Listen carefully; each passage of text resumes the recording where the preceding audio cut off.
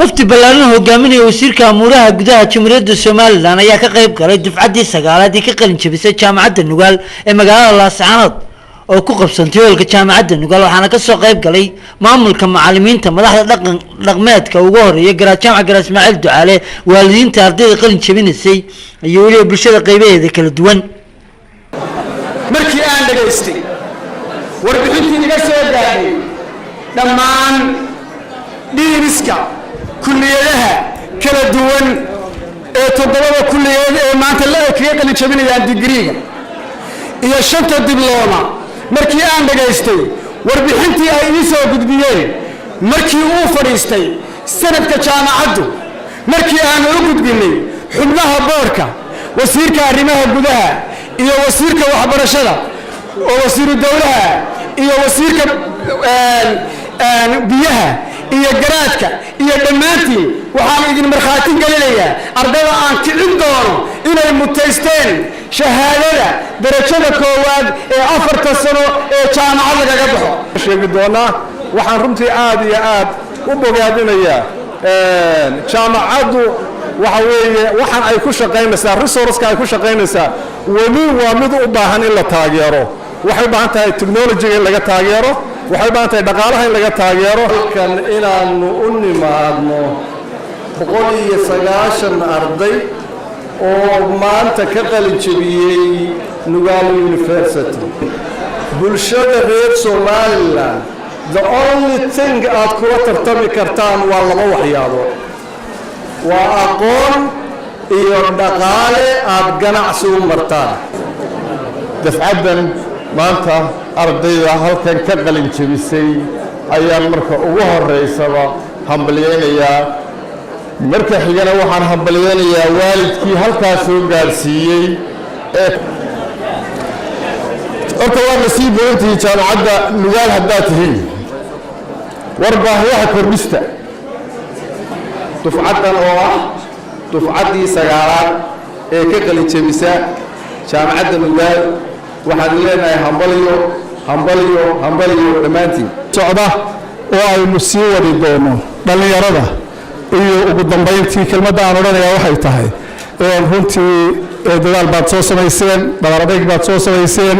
ilaa waxaan ka rajaynayaa inuu idintaan yeelo inaad ku dadaashaan tacliinta inaad sii wadataan abaal badan baa idin kulayo inta aan xuseeyay in badan oo kamid kalaba waxay kamid ahaayeen dadkii hawshan hirgeliyay waxbarashada jaamacadda waalidiinta marshadka kale ugaasha dhalinyarada xafladda quruxda loo qabanayo bahda saxaafadda kulligiin salaamu calaykum waraxmatullaahi wabarakaatu siday u tayeen lahayd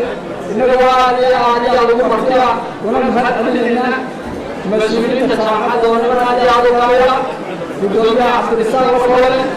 iyo sheekh Huseyne iyo dhammaan macallimiintood waa kuwa habeen iyo maalinba anaga xilkooda nole oo runtii warshada wanaagsan nole waxaan diyaar u tahay sida aad iyo hadhowga horumarka iyo aqoonta iyo nabadda iyo waalidnimada iyo wadajirka uga shaqeynayso. Salaamu calaykum waraxmatullaahi wabarakaatuh. runtii farxad bay tahay inaan halkan ceremony-gan memorandum-ka ee farxadda ku jirto aan ka soo qayb galo ilaa xalay runtii waa soo guureynayay oo dareemi karaysaan inaan danaynayo farxadda inaan kala qaybsado oo idinku imaado halkan arko arday reer Soola runtii anigu markii koowaad aan halkan xafladan idinku imaado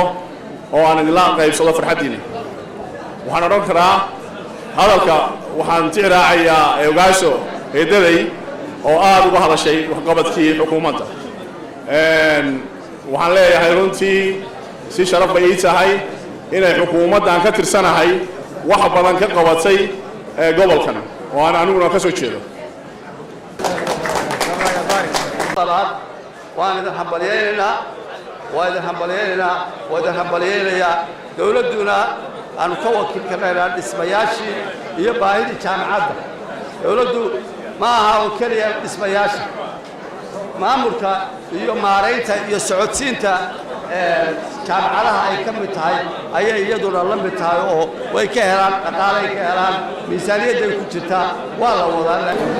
maanta farxad weyn bay noo tahay